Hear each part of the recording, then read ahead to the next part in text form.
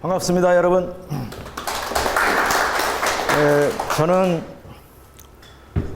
산업안전지도사, 경영지도사, 경영공학 박사입니다. 그리고 현재 한국안전교육기술원의 부원장으로 있고 송원안전기술에서 이 안전보건 컨설팅 쪽을 또 하고 있습니다. 그리고 여기 세영직업전문학교에 교수로 재직하고 있습니다. 전에는 이 기업체에서 안전보건관리 책임자인 공장장 그리고 이 대표를 역임했고요. 유한대학교에서 겸임교수로 재직한 바도 있습니다. 여러분들 지금 지난 3월 15일 날 고용노동부에서 산업재해로 인한 사망자 수를 발표했는데요. 828명입니다. 작년 한 해에 이 산업 현장에서 목숨을 잃으신 우리 근로자들이 828명입니다. 그 828명 중에 50.4%가 건설업에 종사하는 사람들이고요. 그 다음에 22.2%가 제조업 및 기타 서비스, 운수, 통신업체 이런 데서 이제 사망재해 수가 발생했습니다. 지금 현재 이 사망자 수가 나온 이 현황을 보면은 지금 50인 이하와 50인 이상으로 분류해 볼 때 50인 이하에서 80.9%가 발생했습니다. 즉 중대재해처벌법의 대상이 지금 50인 이상인데 2024년도 1월 27일부터 중대재해처벌법이 5인 이상 사업장으로 확대가 되면은 지금 현재 이 사업장에서의 그 사망 재해자 수가 급격하게 줄어들 거로 이렇게 보고 있습니다. 이러한 사고가 어떤 사고가 많냐면은 여러분들 추락사고 있죠? 떨어지는 추락사고랄지, 그 다음에 끼임사고. 얼마 전에 그 SPC의 근로자도 끼임사고로 사망했는데 이런 사고들이 아마 50% 이상을 다 차지하고 있고요.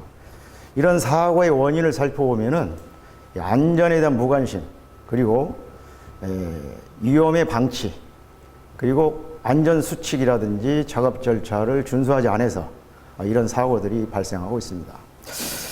제가 2010년이죠. 2010년, 지금부터 한 12년 전에 이 다국적 이 글로벌 자동차 부품 회사의 미국 법인장으로 있을 때, 그때 이 현장에서 이 손가락이 약간 절단도 아니고 이 흠집이 나는 이 안전사고가 발생했을 때, 이 미국 사람들이 행하는 걸 보니까 납품을 중지시키고, 물론 작업은 중지시키죠.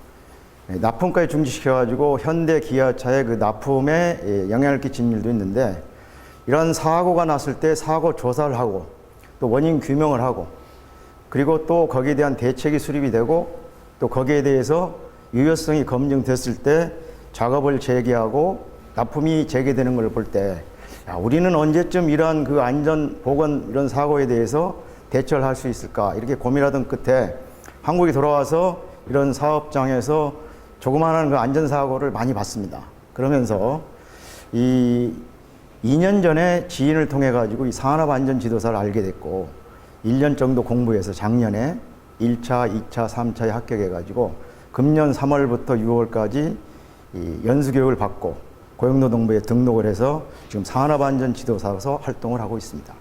자, 여러분, 이와 같은 산업안전지도사를 보건지도사를 여러분들이 이제 1차 시험에 대비해 가지고 오셨는데 정말 잘 오셨습니다.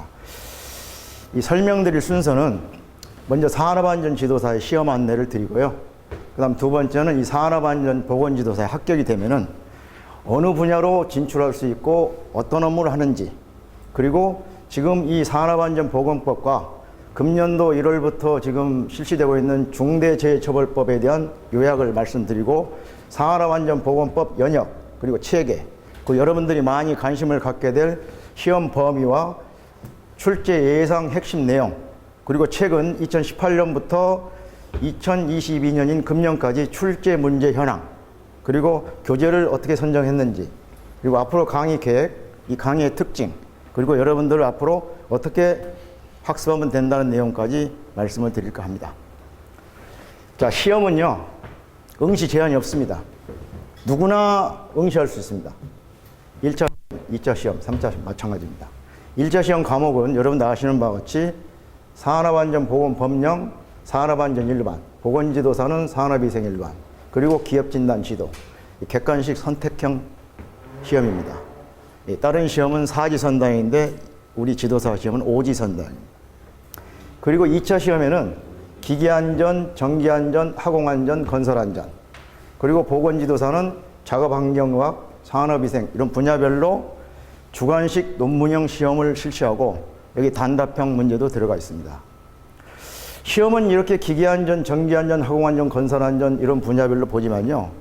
산업안전 지도사의 경우에는 크게 이 건설안전 쪽과 나머지 분야하고 나눠지게 됩니다. 건설안전은 건설업만 해당이 되고 나머지는 제조 및 서비스에 해당되기 때문에 여러분들이 기기안전을 통해서 봤다, 뭐 전기안전 봤다, 화공안전 봤다 그래가지고 그 분야만 지도하는 게 아닙니다. 제조업은 전부 지도할 수가 있습니다. 여러분들이 기기안전을 따게 돼도 화공 관련 회사, 거기에도 기기가 있죠. 또 전기안전을 따도 마찬가지고 화공안전을 따도 마찬가지고 제조업 및 서비스업에는 다 해당이 되고 공통적으로 그 다음에 건설업만 나눠지게 되는 겁니다. 산업보건지도도 마찬가지입니다. 작업환경의학, 산업위생 분야별로 나눠지만 이 보건계통은 전부 지도할 수 있는 겁니다. 마지막에 이제 면접시험이 있는데 이건 이제 블라인드 식으로 시험한다고 그래서 구술시험을 보고 있어요. 그래서 마지막 3차까지 해서 시험을 합격하게 되면 나중에 등록해가지고 여러분들이 활동을 할 수 있는 겁니다. 시험은요, 매년 1차는 1회 시험이 1차는 3월, 2차는 6월, 3차가 8월에 있습니다. 아마 이 내용은 이 일정은 아마 변함이 좀 없을 것 같습니다. 내년도에도 아마 이런 일정으로 치러질 것 같습니다. 여러분, 금년도에 산업안전 지도사의 응시자가 2,743명이었습니다.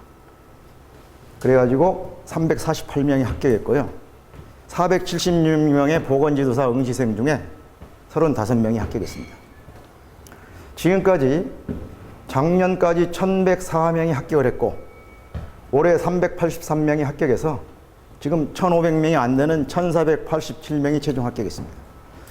이 시험은 1996년도에 1회가 실시됐고 그 이후에 중지되었다가 2012년도에 2회 그리고 금년도에 12회, 내년도에 13회로 치러지게 됩니다. 1,500명이 안 되는 이 숫자는 얼마 되지 않는 숫자입니다. 이 중에서 지금 약 300명 정도가 지금 활동하고 있고요. 나머지 분들은 지금 현직에 다 종사하고 있습니다. 자, 산업안전지도사가 되면은 어디에 진출할 수 있느냐? 우선 일반 기업체의 안전관리자로 선임될 수가 있습니다. 그리고 안전관리 전문기관에서 기술 지도도 하고 컨설팅도 할 수가 있습니다. 그리고 안전보건 교육기관에서 주 인력으로 활동할 수 있고 안전교육 강의도 할 수 있습니다. 그리고 안전진단기관에서 주 인력으로 활동할 수 있습니다. 마지막에 여기 안전관리 전문기관의 1인 기관으로 활동할 수 있다는 게 이게 메리트인데요. 여러분들이 고용노동부에 등록을 하게 되면 1인 기업으로 활동할 수가 있는 겁니다. 건설 부분은 건설재해 예방 전문 지도기관으로 활동할 수가 있고요.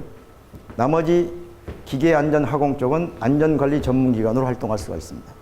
또한 전기 분야만큼은 건설재해 예방 전문기관으로 또 활동도 할 수 있습니다.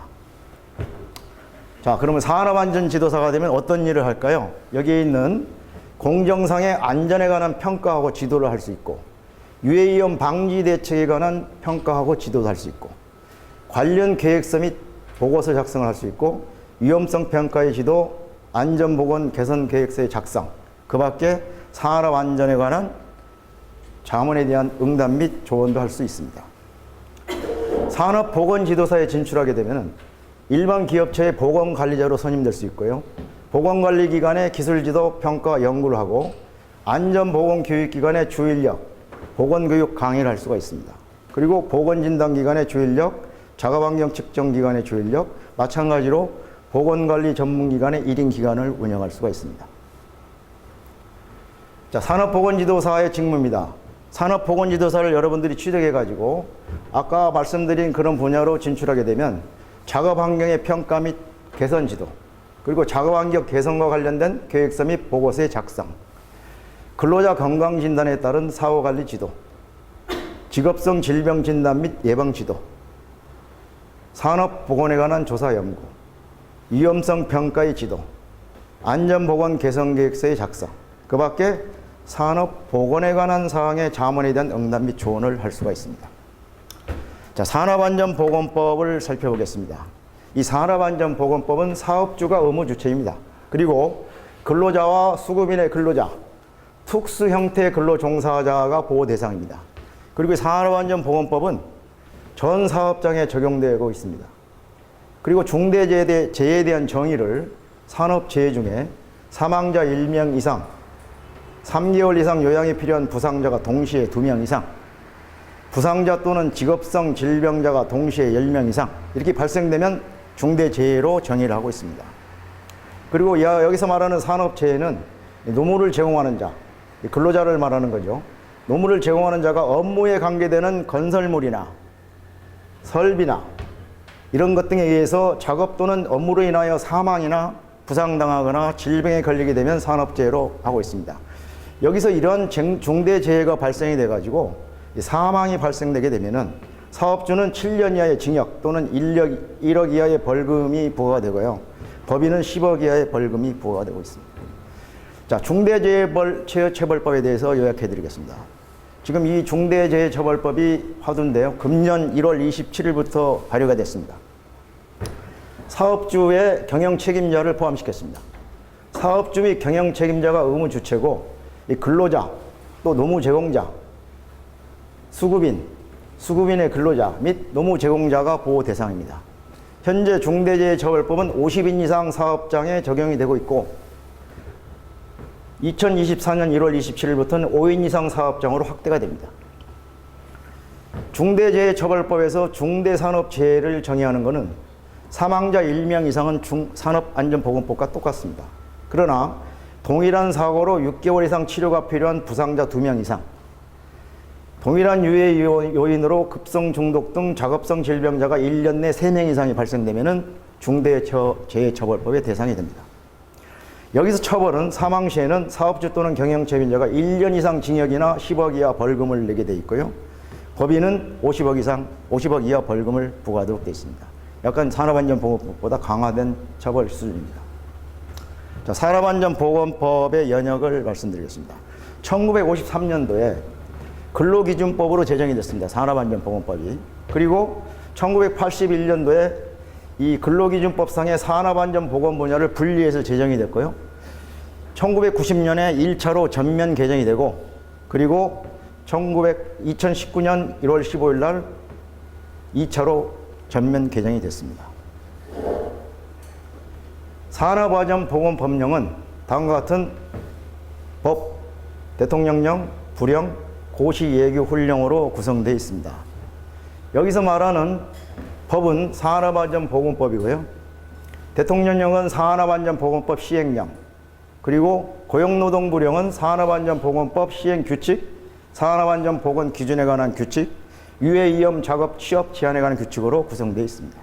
그 외에 이제 고시, 예규, 훈령으로 되어 있죠. 자, 여러분들 이제 처음 오신 분 법에 이제 처음으로 이제 접하시는 분도 있을 것 같아가지고 이 산업안전보건법은 예를 들면은 우리가 서울에서 부산을 여러 교통수단으로 간다라는 게 이제 법에 규정이 되어 있다면은 시행령인 대통령령은 가는 방법에 대해서 중요한 사항을 기차로 가느냐, 버스로 가느냐, 항공기로 가느냐는 것을 규정해 놓은 거고요. 여기서 말하는 산업안전보건법 시행규칙은 그럼 기차는 KTX로 가느냐, 새마을호로 가느냐, 무궁화호로 가느냐, 버스는 고속버스로 가느냐, 새마을버스로 가느냐, 일반 버스로 가느냐, 비행기는 고가항공으로 가느냐, 저가항공으로 가느냐, 이런 상세한 내용과 절차를 규정해 놓은 게 규칙입니다. 이해하시기 쉽죠? 그래서 그 하위 법령인 또 산업안전보건 기준이라는 규칙은 더 디테일하게 이 시행 규칙에서 나와가지고 더 디테일하게 규정된 게 산업안전보건 기준에 관한 규칙이 되겠습니다. 자, 시험 범위입니다. 지금부터는 이제 여러분들 시험에 관한 내용을 말씀드리겠습니다. 산업안전보건 법령, 즉 우리 산업안전지도사, 보건지도사 1차 시험의 공통필수 1과목 산업안전보건법령의 시험 범위는 네 분야입니다. 산업안전보건법 175조, 산업안전보건법 시행령 119조, 산업안전보건법 시행규칙 243조항, 그리고 산업안전보건기준에 관한 규칙 673조항입니다. 이게 시험범위입니다. 여러분들이 이제 시험 공부하실 때 이 분야만 공부하시면 됩니다. 여기 이제 제가 뒤에 핵심 내용에서 말씀드리겠지만 요즘에 공공기관이나 이런 그 기업체나 모든 사업장에 위험성 평가가 하도입니다. 그래서 사업장의 위험성 평가 지침에 대한 내용도 출제 예상에 넣어가지고 여러분들한테 강의를 드릴 겁니다. 자, 여기 보시면은 출제 예상 핵심 내용입니다. 여러분들이 이 법을 좀 공부하시고 온 분도 있고 새로 접하시는 분도 있는데, 이 산업안전보건법 시행령 시행규칙은 여기에 나와 있는 12장으로 구성되어 있습니다. 12장. 즉 총칙에 법이 있고 큰 틀이 있고 시행령이 있고 시행규칙이 있고, 안전보건관리체제도 마찬가지고 안전보건교육도 마찬가지고 유해이음 방지 조치도 마찬가지고 유해이음 기계에 대한 조치도 마찬가지고 유해이음 물질에 대한 조치도 마찬가지고 근로자 보건관리도 마찬가지고 도급시 산업재해 예방도 마찬가지고, 여기에 나와 있는 내용이 그대로 법과 영과 규칙이 같이 연계되어 있습니다. 따로따로 있는 게 아닙니다. 그 다음에 산업안전보건 기준에 관한 규칙은 총칙편이 있고 안전기준편이 있고 보건기준편이 있습니다. 그 다음에 마지막으로 사업장 위험성 평가 지침이 내년도에 출제 예상 핵심 내용이 되겠습니다. 하나하나 중요한 내용을 살펴보면요, 이렇습니다. 총칙에서는 이 용어 정의하고 정부 사업주의 의무가 뭐냐, 그리고 고용노동부가 협조 요청할 사항이 뭐며 산업재해 공표 대상 사업장이 어떤 사업장이 있느냐, 이런 게 이제 출제가 될 거고요. 그 다음에 안전보건관리체제는 안전 및 보건에 관한 내용이 어떤 내용이냐, 그 다음에 안전보건관리 책임자, 안전관리자, 보건관리자, 안전보건관리 담당자, 산업보건의, 명예산업안전감독관 등의 이분들의 직무가 뭐며 어떻게 선임이 되는지, 안전관리 전문기관의 지정 요건은 뭐며 지정 취소 사유는 뭐냐, 그 다음에 산업안전보건위원회 심의 의결사항 대상 사업에 대해서 나올 거고요. 안전보건관리 규정의 작성, 그 다음에 절차 준수사항이 포함될 겁니다. 세 번째, 안전보건교육은 근로자 안전보건관리 책임자 등에 대한 교육, 근로자에 대한 안전보건교육의 면제 사유, 그리고 안전보건교육기관의 지정 요건이나 지정 취소 사유가 출제될 것 같습니다. 네 번째, 유해이음 방지 조치는 안전보건 표지의 설치 부착 준수사항이랄지 고객 폭언으로 인한 건강장애 발생 조치나 예방 조치 사항들, 그 다음에 유해이음 방지 계획서의 작성과 심사와 확인에 관한, 공정안전보고서의 제출과 심사와 이행에 관한 내용, 안전보건 진단, 안전보건 개선 계획서 작성, 수립, 시행, 그 다음에 중대재해 원인 조사, 산업재해 발생, 은폐 금지, 보호에 대한 사항이 포함될 것입니다. 도급시 산업재해 예방은 유해한 작업의 도급 금지 내용이랄지 도급의 승인 방법 및 절차, 안전보건 총괄 책임자의 직무, 그리고 도급에 따른 산업재해 예방 조치, 물론 협의체 구성이랄지 순회점검, 합동점검이 다 포함됩니다. 그리고 안전보건 조종자의 업무, 안전 및 보건에 관한 협의체 구성 운영에 대한 내용들이 포함될 것입니다. 6장의 유해이음 기계에 대한 조치는 유해하거나 위험한 기계기구에 대한 방어 조치, 그리고 기계기구의 대여자의 조치, 안전기준 표시 대상 기계, 안전기관, 안전검사기관, 자율안전검사기관의 내용, 자율안전 확인의 신고, 표시 대상 기계, 그리고 안전검사와 대상 기계, 자율검사 프로그램에 대한 안전검사, 이런 등의 내용들이 포함될 것입니다.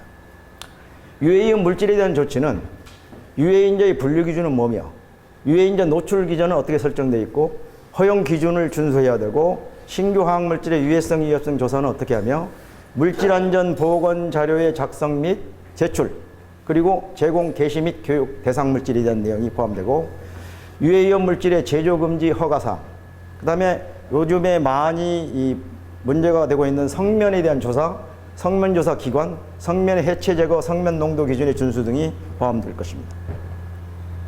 근로자의 보건관리는 작업환경 측정 대상 사업장은 어떻게 되며 작업환경 측정 기관, 신뢰성 평가, 그 다음에 근로자의 건강진단, 일반 건강진단, 특수건강진단, 임시건강진단, 수시건강진단의 내용이 뭐며 어떠한 사람이 이런 검사를 받아야 되는지, 건강진단에 대한 사업주의 의무사항, 근로자의 의무사항, 특수건강진단기관, 그 다음에 질병자의 근로금지 제한사항, 유해위험 작업에 대한 근로자 시간 제한, 그 다음에 역학조사에 관한 내용이 포함될 것입니다.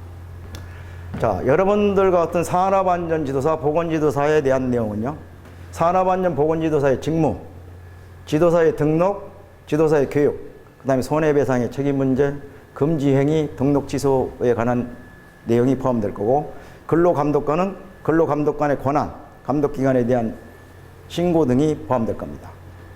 그 다음에 보측에서는 산업재해 예방활동의 보조 지원에 관한 사항, 그 다음에 도구 금지 등 의무 위반에 따른 과징금 부과 문제, 그 다음에 서류 보전 이런 등이 포함될 겁니다.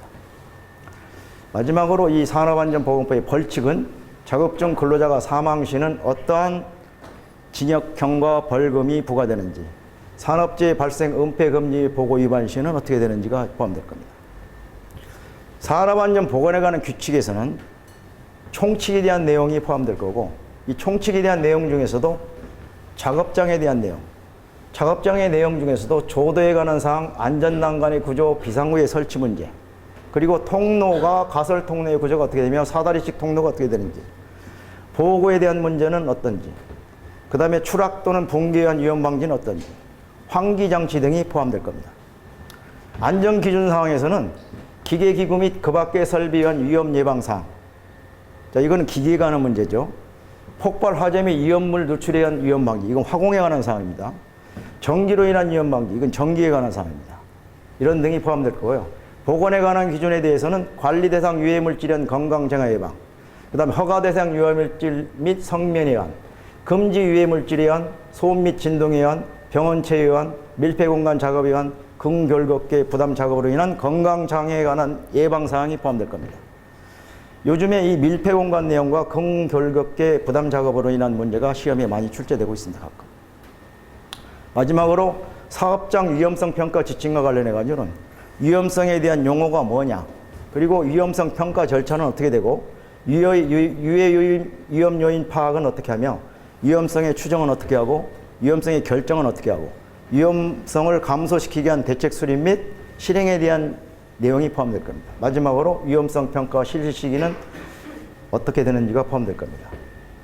자, 그러면은 2018년부터 2022년 금년까지 최근 5년간 출제된 문제를 살펴보겠습니다. 여기 보시는 바와 같이 총칙에서 2문제가 나왔습니다. 총칙에서 평균. 안전보건관리체제에서 5문제. 안전보건교육에서 2문제. 유해위험 방지조치에서 2문제. 도급시 산업재해 예방에서 2문제. 그리고 유해위험 기계에 대한 조치에서 4문제. 유해위험 물질에 대한 조치에서 2문제. 근로자 보건관리에서 3문제. 그리고 기타 부분에서 한두 문제가 출제됐고, 산업안전보건에 관한 규칙에서 역시 한두 문제가 출제됐습니다. 이거는 2018년부터 2022년까지 문제를 분석해 본 내용입니다. 그래서 이렇게 보면은 고루고루 지금 문제가 출제되고 있는데, 이 중에서도 여기에 나와 있는 유해위험 기계에 대한 조치 문제랄지, 근로자 보건관리 이런 부분에서 또 안전보건관리 체제 여기에서 4-5문제씩 출제가 되고 있기 때문에 여러분들이 좀 신경을 써야 될 겁니다. 이 산업안전보건법령은 여러분들이 공부를 하게 되면요, 물론 1차 시험에 산업안전 일반에도 문제가 출제되고요. 그 다음에 2차 시험에도 40-50%가 출제가 됩니다, 여기에서. 그래서 산업안전보건법령, 여기서 말하는 산업안전보건법 시행령 시행규칙, 그리고 산업안전보건 기준에 관한 규칙을 여러분들이 숙지를 하게 되면은 2차, 3차에도 많은 도움이 됩니다. 교재 선정입니다. 저 뒤에 있는 교재인데, 산업안전보건법, 중대재해처벌법, 오병섭, 지성갑, 엮은 이 교재를 선정했습니다. 이 교재를 선정한 사유는 이 법조문에 따른 법이라든지 시행령이라든지 시행규칙을 이 관계조항끼리 연계시켜가지고 아주 그 한눈에 볼 수 있도록 돼 있고, 그 다음에 여러분들 같은 수험생이 수험 준비하고 이해하기 쉽도록 정리가 되어 있습니다. 이 강의 계획입니다. 오늘은 공개 강의고 다음 주인 11월 5일부터 11월 26일까지 4주에 걸쳐서 매주 토요일 오전 9시 반부터 오후 1시 반까지 4시간 동안, 다음 주에 1교시는 오리엔테이션 할 거고 2, 3, 4는 총칙 안전보건관리체제 안전보건 교육을 강의할 겁니다. 그 다음에 두 번째 주에는 유해위험 방지 조치하고 도급시 산업재해 예방, 그 다음에 유해위험 기계에 대한 조치를 할 거고요. 세 번째 주에는 유해위험 물질에 대한 조치하고 근로자 보건관리를 강의할 겁니다. 그 다음에 마지막 주에는 산업안전지도사 근로감독관 보칙 벌칙에 대한 내용하고 시행령 규칙 별표에 대한 내용, 그리고 산업보건기준에 관한 규칙, 여기에 표시는 안 됐지만 사업장 위험성 평가에 대한 지침을 강의하고 마칠까 합니다. 자, 이 강의 특징입니다. 이 강의는 파트별로 핵심 내용을 강의를 하고 최근 5년간의 기출문제를 풀이하는 순서로 나갈 겁니다. 여러분들이 뒷장에서 말씀드리겠지만 이해해서 암기해가지고 확인까지 할 수 있도록 핵심 내용을 강의를 하고 이해하고 암기해서 5년간 출제된 문제를 풀어봄으로써 확인을 하는 그러한 강의를 할 거고요. 직강 수강생에게는 핵심 내용을 포함한 내용을 프린트해가지고 배포할 예정입니다. 학습 방법입니다. 앞에서 설명드렸다시피 산업안전보건법 시행령, 시행규칙을 연계해서 학습을 해야 됩니다. 그리고 산업안전보건기준에 대한 규칙의 총칙, 안전기준, 보건기준, 이런 내용들에 대한 기본적인 내용을 파악해야 됩니다. 너무 디테일한 내용도 시험에 출제는 안 됩니다. 기본적인 내용을 파악해야 되고 사업장의 위험성 평가 지침 관련 내용도 이해를 하셔야 됩니다. 그리고 별표 중에서 이 핵심 내용을 숙지하고 마지막으로 기출문제를 11년 동안 출제된 기출문제를 풀어보면은 여러분들한테 많은 도움이 될 겁니다. 그래서 제가 여러분들한테 제안하는 거는 읽기 2회 이상, 이해하면서 읽기 2회 이상, 암기하면서 읽기 2회 이상, 기출문제 풀이 2회 이상을 제안하고요. 리딩을 하고 언더스탠딩하고 메모라이징 하면은 이밸류에이팅을 끝으로 해서 여러분들은 적어도 90점 이상의 고득점을 올릴 수 있는 과목이 이 산업안전보건법령입니다. 앞으로 이제 우리 교수님들이 공개 강의를 하겠지만은 득점에도 전략이 있습니다.